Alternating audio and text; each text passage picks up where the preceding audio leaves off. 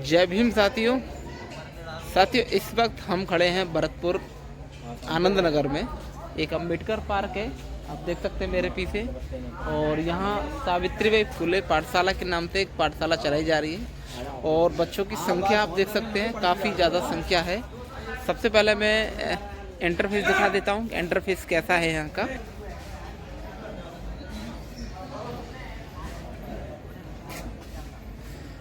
तो यहाँ बाबा साहब डॉक्टर भीमराव अम्बेडकर जी की प्रतिमा लगी हुई है और यहाँ पे बहुत सारे बच्चे जो है पढ़ रहे हैं।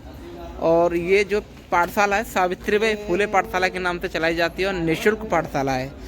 तो यहाँ टीचर्स हैं, टीचर्स से बात करने का प्रयास करेंगे।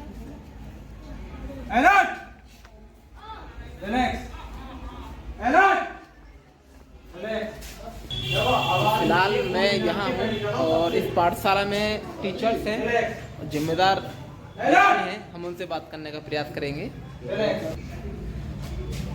सर क्या नाम है आपका? सर मेरा नाम टिंकू सिंह और भरतपुर राजस्थान। और भरतपुर के अंदर एक वार्ड है, वार्ड नंबर 2 और 1 के मध्य जो आनंद नगर है, उसके अंदर बाबा साहब BR अम्बेडकर पार्क है। उसके अंदर हम निःशुल्क सावित्रीबाई फुले पाठशाला गत 4 वर्षों से निःशुल्क चला रही है, जिसमें हमारी पूरी टीम लगातार कंटिन्यूस पढ़ाने का काम कर रही है। ये कोरोना कितने लोग हैं टीम में, कितने टीचर्स हैं? हमारे टीम में कम से कम 8 लोग तो हैं एज ए मौजूद टाइम, और जैसे आते जाते रहते हैं। क्या क्या पढ़ाते हैं आप बच्चों को, क्या क्या? सबसे पहले तो हम जिस मिशन मूवमेंट को लेकर बैठे हैं, जैसे बाबा साहब का मूवमेंट था, मानवर साहब काशीराम साहब का मूवमेंट था, छत्रपति साहू जी महाराज का मूवमेंट था, माँ सावित्रीबाई फुले जी का मूवमेंट था, ज्योतिराव फुले जी का जो मूवमेंट था, उस मूवमेंट को लेकर हम उन हर व्यक्ति के लिए, हमारी किसी जाति धर्म से कोई मतलब नहीं है। हमें उस शोषित वंचित के लिए उस जो माँ सावित्रीबाई फुले ने जो संघर्ष किया था, उसी संघर्ष को देखते हुए हमने भी इस पाठशाला की यहाँ पर स्थापना की। कितना समय बता रहे हैं, कितना समय हुआ? इसमें हमने कोरोना टाइम से 2021 और 20 के मध्य में ये चालू की थी हमने, जब कोरोना टाइम चरम पे था और देश की अर्थव्यवस्था पूर्णतः चौपट थी। और इसके बाद जो शिक्षा का जो लेवल था, वो धीरे धीरे जो कमज़ोर वर्ग के लोग थे वो धीरे धीरे डाउन होते जा रहे थे और उनके जो बच्चे थे वो सही प्रकार से शिक्षा नहीं ग्रहण कर पा रहे थे। उस स्थिति में हमने, हमारी पूरी टीम ने, यहाँ की ने सावित्रीबाई फुले पाठशाला की यहाँ पर एक नींव रखी। अच्छा, टोटल संख्या कितनी मानी जा रही है आपके बच्चों की? जितने सारे बच्चे मैं देख पा रहा हूँ, आपको 100 से भी 140 एज ए रजिस्टर में है हमारे, और 10-20 बढ़ते रहते हैं। जैसे कोई प्रोग्राम कुछ किसी कारणवश नहीं आ पाते हैं, लेकिन एज ए 140 तो रहते ही रहते हैं यहाँ पर। क्या क्या पढ़ाते हैं आप बच्चों को? हमारे यहाँ पर सबसे पहले तो बाबा साहब का जो मिशन मूवमेंट था, हमें शिक्षा क्यों जरूरी है उससे संबंधित। फिर हमारे जो सब्जेक्ट हैं, हमें LKG से लेकर 10th क्लास तक यहाँ पर सभी छात्र छात्राओं को, चाहे कोई सी धर्म जाति से हो, हमें उन्हें सभी को हम समान रूप से देखते हैं। जो हमारे महापुरुष देखते आए हैं, उसी विचारधारा को हम फॉलो करते हुए इसमें बाबा साहब का जो बना हुआ संविधान है, उसमें हमारे लिए क्या आज़ादी है, उस आज़ादी के लिए, उस आज़ादी जो हमने बाबा साहब ने हमारे लिए दी है कॉन्स्टिट्यूशन के माध्यम से, उन सारी चीज़ों के बारे में बताते हैं। और जिन महापुरुषों के माध्यम से हमें आज पढ़ाई के क्षेत्र में या एनीबॉडी जितने क्षेत्र हैं, उन क्षेत्रों में हमें जो लाभ मिला है, उन सभी महापुरुषों के बारे में बच्चों को अवगत कराते हैं। जी, तो मैं जानना चाहूँगा, आपके जैसे ये लाइट है, पंखे लगे हुए हैं, ये व्यवस्था कैसी है? ये सभी यहाँ के भामाशाहों के द्वारा है। यहाँ के हमारे भामाशाह हैं, जैसे हमारे माननीय पुष्कर ठेकेदार जी जगीने से, ऐसे हमारे दयाचंद भाई साहब जी हैं, ऐसे सभी भामाशाहों के माध्यम से ये सारी सेवाएं यहाँ पे अवेलेबल हो पाई हैं। कुछ हमने जो यहाँ के मंत्री हैं या विधायक हैं, उन कोटों से कुछ करवाए हैं, लेकिन इससे ज़्यादा हमारे समाज के जो जिम्मेदार लोग हैं, जो भामाशाह हैं, उनके माध्यम से ये सारी सुविधाएं यहाँ अवेलेबल कराई गई हैं। जी सर, क्या कहेंगे? आप देख पा रहे हैं इतने सारे बच्चे जो पढ़ रहे हैं, क्या लग रहा है सर, ये अच्छे से बच्चों को शिक्षा दे पा रहे हैं? बहुत अच्छा काम हो रहा है समाज के लिए। बहुजन समाज के बच्चों को पढ़ाने का ये बहुत अच्छा तरीका है। सरकार नहीं चाहती कि गरीब बच्चे पढ़ें। प्राइवेट स्कूलों में बच्चे नहीं जा सकते हमारे, इसलिए हम अपने बच्चों को अपने तरीके से शिक्षा ग्रहण करवा रहे हैं। नहीं, बिल्कुल गलत कर रही है सरकार। ये नहीं चाहती सरकार कि गरीब बच्चे पढ़ें। सरकार आखिर ऐसा क्यों नहीं चाहती? गरीब बच्चे पढ़ेंगे नहीं तो जाएंगे कहाँ? क्या करेंगे? हमेशा सरकार ये चाहती है ये अनपढ़ रहेंगे तभी हम इनको बहका पाएंगे। अगर ये पढ़ लिख जाएंगे तो ये हमें वोट नहीं करेंगे, ये अपनी खुद की सरकार बना लेंगे पढ़ लिख कर। तो सरकार नहीं चाहती कि कोई गरीब आदमी पढ़े। जी, अच्छा, वो शेरनी का दूध है, बाबा साहब ने कहा था, जो पिएगा वही दहाड़ेगा। देखिए, जब तक हम लोग एक होकर अपनी सरकार नहीं बनाएंगे तो ये लोग हमारे ऊपर इसी तरह अत्याचार करते रहेंगे। तो हम सबकी जिम्मेदारी बनती है कि हम ज़्यादा से ज़्यादा संख्या में अपने सांसद बनाएं, अपने एमएलए एमपी बनाएं, सरकार बनाएं, जिससे कि हम अपने फैसले खुद करने लायक हो जाएं और फैसले खुद कर सकें। हाँ, मैंने वो वीडियो देखा है। बंदूक की नोक पर वोटरों को रोका जा रहा है। बिल्कुल, मैंने ये वीडियो देखा है तो बहुत बुरा लगा। ये लोकतंत्र की हत्या है। तो सीधी सी बात यही है कि जब तक हम एक होकर अपनी सरकार, चाहे वो धीरे धीरे बने, बीजेपी भी तुरंत सरकार नहीं बना पाएगी। समय लगा काफी, 60, 70, 80 साल, 90 साल लगे उनको सरकार बनाने में, लेकिन वो लगे रहे, तब जाके सरकार बना पाए। अच्छा, बीजेपी का हम लोग ये चाहते हैं, हम ये समझते हैं कि हम 5 साल में 10 साल में ही अपनी सरकार बना लें, तो ये संभव नहीं है। तो हमें थोड़ा सा सब्र रखना पड़ेगा और अपने हक अधिकार की लड़ाई के लिए मजबूती से खड़ा रहना पड़ेगा, तब हम कुछ कर पाएंगे। ये बिल्कुल सही बात है। नहीं, जिस तरीके से बीजेपी लगातार नारे देती आ रही है, हिंदू बट रहे हैं। हिंदू कौन थे और क्यों बट रहे हैं? किसको हिंदू मान रहे हैं? ये केवल वोटों की राजनीति है, बाकी कोई बट रहा है न कट रहा है। इनको चुनावी मुद्दा चाहिए, कोई ना कोई ऐसा शब्द चाहिए जिसको ये पूरी तरह से प्रचारित कर सकें, जनता को अभी भ्रमित कुछ दिन पहले योगी जी ने भी कहा बटोगे तो कटोगे। आखिर कौन बट रहा है, कौन कट रहा है, ये अभी तक किसी ने जवाब नहीं दिया इस बात का। न तो कोई कट रहा है न कोई बट रहा है। ये तो केवल इनके भाषण हैं, चुनावी मुद्दे हैं, चुनावी शब्द हैं, जिनको बोलकर ये चुनाव जीतना चाहते हैं। अभी 2-3 दिन पहले की बात है, एक आदिवासी महिला को मलमूत्र खिलाया जाता है। आपने देखा होगा, शायद पोस्ट लगातार वायरल है। उड़ीसा की ये कहानी है। तो योगी जी वैसे हिंदू की बात करते हैं, लेकिन वहीं अगर देखा जाए तो जो महिलाओं पर अत्याचार कर रहे हैं, किसी के मुंह पे मल लगाना या मल खिलाना, ये कहाँ का न्याय है? ये देखिए, बीजेपी की सरकार में अन्याय बहुत हो रहे हैं दलितों के ऊपर। कहीं तो पेशाब कर दिया जाता है किसी के चेहरे पर, कहीं लैट्रिन लगा दी जाती है, कहीं घोड़ी पर नहीं बैठने दिया जाता है, कहीं रखने पर मार दिया जाता है, कहीं मटका छूने पर मार दिया जाता है। तो इस तरह से ये सरकार अन्याय और अत्याचार कर रही है। हालांकि ये सोशल मीडिया से थोड़ा सा अब लोग जागरूक हो रहे हैं और लोगों को पता चल रहा है। ये अन्याय अत्याचार तो बहुत पहले से होते चले आ रहे हैं, लेकिन सोशल मीडिया के माध्यम से अब ज़्यादा जनता को पता लग रहा है, इसलिए आवाज़ें उठ रही हैं। और वो केंद्र सरकार चाहती नहीं कि किसी भी तरह आवाज़ें उठें, लोग जागरूक बिल्कुल नहीं चाहती। केंद्र सरकार बिल्कुल नहीं चाहती कि ये लोग अपने हक अधिकार की आवाज़ उठाएं, ये शिक्षित हों। ये चाहती है कि ये अनपढ़ बने रहेंगे, तभी अनसमझ रहेंगे, तो हमें वोट देते रहेंगे। बिल्कुल। देखिए, नौकरी ये लोग बिल्कुल ख़त्म करते जा रहे हैं, प्राइवेटाइजेशन करते जा रहे हैं। प्राइवेट करने का मतलब है कि ये अपने ही लोगों को नौकरी देंगे जी। ये जो हमारा बहुजन समाज है, गरीब तबका है, इसको ये नौकरी से वंचित रखना चाहते हैं। ये समझते हैं कि अगर ये थोड़ा सा भी आर्थिक स्थिति में मजबूत हो गए तो ये हमारी बराबरी करेंगे, हमारा आमना सामना करेंगे। अभी कुछ समय पहले एक सांसद हैं चंद्रशेखर आजाद, उन्होंने एक लेटर जारी किया था उत्तर प्रदेश में, जितने नगीना से सांसद चंद्रशेखर आजाद जी चाहते हैं, उन्होंने लेटर में लिखा भी है कि हमारे कितने उच्च पदों पर अधिकारी बैठे हैं, कितने आईजी हैं, कितने एसपी हैं, कितने थानों पर एसएचओ हैं, कितने थानेदार लगे हुए हैं, उन सब की हमें लिस्ट बना कर दो। जी।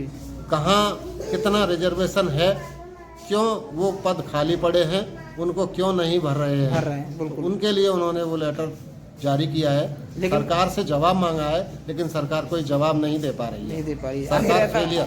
ऐसा क्यों, सरकार क्यों कर रही है ऐसा? कि सरकार को ऐसी क्या मानसिकता है सरकार की? सरकार अब चंद्रशेखर जी के दबाव में है। चंद्रशेखर आजाद जी हर मुद्दे पर जवाब मांग रहे हैं लिखित में। सरकार जवाब दे नहीं पा रही है क्योंकि उनके पास कोई जवाब नहीं है। बिल्कुल, धन्यवाद सर आपका। तो साथियों आप देख सकते हैं यहाँ छोटे छोटे मासूम से बच्चे हैं जो कि यहाँ पढ़ने के लिए कंटिन्यू आते हैं, और सर ने अभी बताया कि 130 से 140 के आसपास यहाँ बच्चे जो कि पढ़ने आते हैं। और भी हम जानने का प्रयास करेंगे बच्चों के लिए सुविधा कैसी है। सर एक चीज़ और जानना चाहेंगे, बच्चों के लिए पानी की व्यवस्था, पीने की, लेटरिन बाथरूम की व्यवस्था कैसी व्यवस्था है सर? देखो, हमने बच्चों के लिए वाटर कूलर लगवा रखा है जी, जो कि आप देख सकते हैं, वो बाथरूम है वहाँ पर। अच्छा ठीक है, हम चलकर देखना चाहेंगे एक बार। बिल्कुल ठीक है, आप बैठिए थोड़ी देर, उसके बाद और चलेंगे। इसके बाद वहाँ पर शौचालय की व्यवस्था है, बॉयजों के अलग है और गर्लों के लिए अलग है जी। इसके बाद हमारे चारों तरफ पेड़ हैं, हम चाहते हैं स्वच्छ हवा के साथ उनको दिया जाए। प्रॉपर तरीके से पंखा कूलर की व्यवस्था भी है, आपको पूरे कमरे में दिखा दें। वहाँ पे सारी चीज़ें, सारे महापुरुषों की जो तस्वीर हैं जिनका हम चिंतन करते हैं, और इन बच्चों को भी उन महापुरुषों का चिंतन करवाते हैं। उन सभी मैं एक बार वो महापुरुष की तस्वीर देखना चाहता हूँ। मैं चाहता हूँ कि एक बार इन बच्चों से भी जाना जाए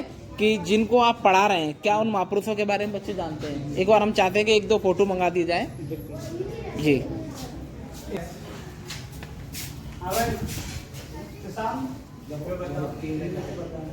इधर आओ बेटा, इधर आओ,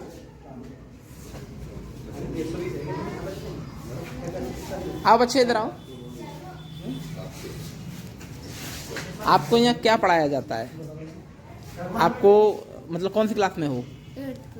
8th क्लास में। 8th क्लास में इंग्लिश पढ़ाई जाती है आपको? हिंदी वगैरह पढ़ाई जाती है? यहाँ आप पता है इस पाठशाला का नाम क्या है?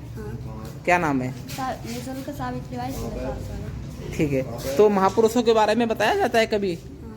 चलिए हम आपसे पूछना चाहेंगे, जो फर्स्ट में है उनको किन की फोटो है? जो फर्स्ट में है, सबसे फर्स्ट में? Very good. और उनसे सेकंड में जो है वो? और उनके बगल में? नहीं, गलत। काशीराम साहब की फोटो में से कौन सी है? चलो ये बताओ। हाँ, वो काशीराम साहब की फोटो है। उनके बगल में किनकी है? चलिए कोई बात नहीं, कोई एक बच्चा और भेजिए। क्या नाम है आपका? आपको इस स्कूल में पढ़ाया जाता था, नाम क्या है? आपको महापुरुषों के बारे में पढ़ाया जाता है? चलिए हम आपसे जानना चाहेंगे, इनमें से छत्रपति साहू जी महाराज कहाँ हैं? कौन से वाले? गलत बता रहे हैं आप। दूसरे तीसरे चौथे किसके बगल में है? किन के बगल में है ये बता दीजिए। चलिए, डॉक्टर अब्दुल कलाम किधर है यहाँ पे? सबसे लास्ट में डॉक्टर अब्दुल कलाम है ना? ज्योतिबा फुले?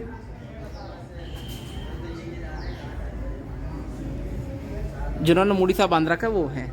चलिए बहुत अच्छे, कोई बात नहीं, जाओ बेटा, बहुत अच्छे। तो साथियों अभी हम फिलहाल इनके जो महापुरुषों की तस्वीरें लगी हुई हैं वहाँ जाकर देखने का प्रयास करेंगे कि उन्होंने कैसी व्यवस्था बना रखी है। बच्चे हैं, पढ़ने आते हैं, कंटिन्यू पढ़ते हैं। चलिए सर, एक बार अपने इन बच्चों की जो महापुरुष की फ़ोटो वो सब एक बार देखना चाहेंगे। तो एक यहाँ पर रूम बना हुआ है, और यहाँ आप देख सकते हैं साथियों सावित्रीबाई फुले पाठशाला, जो कि निःशुल्क पाठशाला है, अंबेडकर पार्क, आनंद नगर, भरतपुर। तो यहाँ हम एक जानने का प्रयास करेंगे। ये एक हॉल है। अच्छा, बच्चों के लिए कभी कंपटीशन, एग्जाम्स ये चलते हैं? हाँ, कंपटीशन तो अभी हमने खास कराया नहीं है, क्योंकि यहाँ पे हमारे ज़्यादातर लोगों के कंपटीशन होते रहते हैं यहाँ पे। अच्छा। हाँ, तो कभी 14 अप्रैल पर प्रोग्राम वगैरह होता है? प्रोग्राम हमारे 14 अप्रैल जितने भी जयंतियाँ हैं हमारे, जहाँ पे जितने भी महापुरुष लगे हुए हैं जिनका हम चिंतन है, सभी की यहाँ पर जयंतियाँ। अच्छा, ये सभी महापुरुषों की फोटो लगा रखे हैं आपने? चाहे अब 14 हमारे कल के संडे का सर छोटू राम जी की जन्म जयंती है, उसका भी कल बहुत बड़ा प्रोग्राम है यहाँ पर। कल के दिन है। कल के दिन ठीक ठीक ठीक। इसके बाद 26 नवंबर को संविधान दिवस है, वो बहुत बड़े स्तर पर हर्षोल्लास के साथ बड़ी शानदार तरीके से यहाँ पर बनवाने का काम कर रहे हैं। अच्छा, ये गिफ्ट वगैरह सील वगैरह ये अभी हमको है भरतपुर गौरव के नाम से सम्मानित किया गया था। अच्छा। कैबिनेट मंत्री के द्वारा और एसपी साहब के द्वारा, अच्छा, कलेक्टर संभाग आयुक्त साहब से। तो साथियों देख सकते हैं यहाँ। और ये विनय रतन जी ने दिया था अच्छी। अच्छा, वो वाला जो फोटो है बीमार विराज भारतीय मिशन के जो अध्यक्ष हैं। हाँ। तो ठीक साथियों, आप देख सकते हैं यहाँ पे महापुरुषों के फोटो लगा रखे हैं और बच्चों को जो है महापुरुषों की फोटो को दिखाकर समझाकर पढ़ाया भी जाता है। बड़ा अच्छा लगता है। और बॉडी पार्ट नेम्स वगैरह भी यहाँ लिखे हुए हैं, संडे मंडे लिखे हुए, मंथ के नेम्स लिखे हुए हैं और यहाँ गिफ्ट आइटम्स लिखे जो है ये सब है बच्चों के लिए। और स्पेशल और क्या क्या है यहाँ पे? देखो, सबसे पहले हम मॉर्निंग में क्या है उनके लिए योगासन कराते हैं, जो कि हमारे स्वस्थ शरीर के लिए बहुत जरूरी है और स्वस्थ माइंड के लिए, क्योंकि स्वस्थ मन में ही स्वस्थ मस्तिष्क निवास करता है। ये सारी चीज़ें हम मॉर्निंग टाइम में कराते हैं। और हमारी कुछ एक्टिविटी हैं जिन एक्टिविटियों के माध्यम से बच्चों को जैसे हम सिखाते हैं। अच्छा, गुड। ये सारी चीज़ें बहुत सारी एक्टिविटी ऐसी हैं जिनके माध्यम से हम बच्चों को सिखाते हैं कि हमें क्या करना है क्या नहीं करना है। तो कभी संडे की वनडे की छुट्टी रहती है, कभी रेगुलर बीच में? नहीं, संडे की जब हम किसी जरूरत काम पड़ता है जब ही करते हैं। अच्छा, ये एक्टिविटी के लिए है बच्चों के लिए। अल्फाबेट हैं, जो वोवेल्स हैं, वोवेल्स को कैसे कौन कौन से आ रहे हैं, इसमें ये हमारे शब्द हैं। इन शब्दों के माध्यम से जो अच्छी एक्टिविटी है, इन एक्टिविटियों के जैसे यहाँ कोई भी शब्द जोड़ देते हैं जिसके माध्यम से ये सारी चीज़ें बच्चों को सिखाते हैं, जिससे उन्हें एक हर्षोल्लास, जैसे इनकी जो एक्टिविटी हैं, जैसे हम बहुत सारी चीज़ें जोड़ जोड़ के इनको बताते हैं कि ये क्या है। बहुत अच्छा लगा हमें आप ये सब देखकर। और लग रहा है कि बच्चे आपके जिस तरीके से तादाद में हैं, लग रहा है कि आप बहुत अच्छा काम कर रहे हैं और ये समाज के लिए ना बहुत अच्छा है। मात्राओं का आधार है, लेकिन कलर के साथ साथ इनको मात्रा का भी ज्ञान होना चाहिए। बिल्कुल बिल्कुल, बहुत बढ़िया बहुत बढ़िया। सारी है कि जो हमारे चलिए, बहुत अच्छा। और इसके अलावा और कुछ खेल कूद के लिए बच्चों के लिए खिलौने वगैरह? हाँ, छोटे बच्चे भी आते होंगे? हाँ, छोटे बच्चे आते हैं, खिलौने, जंपिंग है, रैकेट्स हैं, ये सारी अच्छा, ये सारी चीज़ें हैं। हाँ। चलिए, बहुत अच्छे। बहुत अच्छा लगा आपसे मिलके और आपने यहाँ के बारे में इतना बहुत कुछ बताया, ये भी बहुत अच्छा है। स्पेशल कोई ऐसा मैसेज बच्चों की खातिर आप देना चाहते हो देश भर में? मेरा तो मैसेज यही है कि हमें सबसे पहले उन सरकार की पॉलिसियों को समझना चाहिए, जो कि आपने देखा है कि राजस्थान के अंदर एक आर्टिस्ट करके एक योजना है, उसके अंदर 25% बच्चों को निःशुल्क शिक्षा देने का काम कर रहे हैं। लेकिन वो जो आरटी उन्होंने जो लागू की है, वो हम जो गरीब तबके के लोग हैं उनको अच्छी शिक्षा नहीं दे पा रहे उस माध्यम से, क्योंकि सरकार से उनको पूरा प्रॉपर पैसा मिलता है, लेकिन सरकार जो स्कूलों में जो व्यवस्थाएं होती हैं वो उन बच्चों को वो प्रॉपर नहीं मिल शिक्षा नहीं दे पा रहे हैं। हाँ। जिसके बाद सरकारियों वे ना तो सरकारी के हो पा रहे हैं ना वो प्राइवेट के हो पा रहे हैं। अच्छा, ऐसा माना जा रहा है, मैंने कई जगह जो है सर्वे किया है कि स्कूल वाले जो है अपना पूरा रजिस्टर तैयार कर लेते हैं, दिखा देते हैं कि हमारे यहाँ गरीब बच्चे ITR के तहत पढ़ रहे हैं, लेकिन रियल देखा जाए तो वहाँ गरीब बच्चे नहीं होते। बिल्कुल बिल्कुल, यही है। जो आपने एक मूवी देखी होगी इंग्लिश मीडियम, वो वाली मूवी जो वो क्या कहते हैं फिल्म है, वो सच है और वो उसी पर आधारित है। वास्तव रूप से उसमें गरीब तो है ही नहीं, अमीर लोग गरीब बन के एडमिशन ले रहे हैं, लेकिन गरीब तबके के लोग हैं वो अभी भी शिक्षा से अछूते रह रहे हैं। और हमारा प्रयास है उन गरीबों के, उन असहाय शोषित बच्चे के जो लड़के लड़कियां हैं उनको यहाँ अच्छी तरह से शिक्षा दी जाए और उनको आगे और बढ़ाया जाए। जो बाबा साहब का जो सपना जो अधूरा था, उस सपने को हम सभी मिलजुल कर पूरा करने का प्रयास कर रहे हैं। चलिए, बहुत बहुत धन्यवाद। तो फिलहाल मैं भरतपुर में खड़ा था, अम्बेडकर पार्क आनंद नगर में। तो यहाँ मैंने देखा सावित्री फुले के नाम से एक पाठशाला है, बहुत निःशुल्क पाठशाला, और बहुत लोगों को, मैंने बहुत बच्चों को देखा, काफ़ी लोग पढ़ने आ रहे हैं, काफ़ी बच्चे। और सर ने जिस तरीके से बताया कि बच्चों को पढ़ाना चाहिए, यहाँ पर जो है किसी भी हाल में एक रोटी कम खा लो लेकिन बच्चों को पढ़ा लो, ये ज़्यादा बेहतर है। मैं कई जगह सर्वे करने गया हूँ, मैंने आपका भरतपुर में भी सर्वे किया है कई जगह, और मथुरा में तो बहुत जगह मैं कंटिन्यू करता हूँ, मथुरा का रहने वाला हूँ जी जी। तो सर्वे करता रहता हूँ। और बड़ा अच्छा लगता है कि लोग जब उत्साहित होकर अपने बच्चों को स्कूल भेजते हैं कि यहाँ निःशुल्क पाठशाला है। बच्चे घर पर बेकार में घूमेंगे, उससे अच्छा है कि बच्चे पढ़ेंगे। चलिए बहुत बहुत धन्यवाद सर आपका।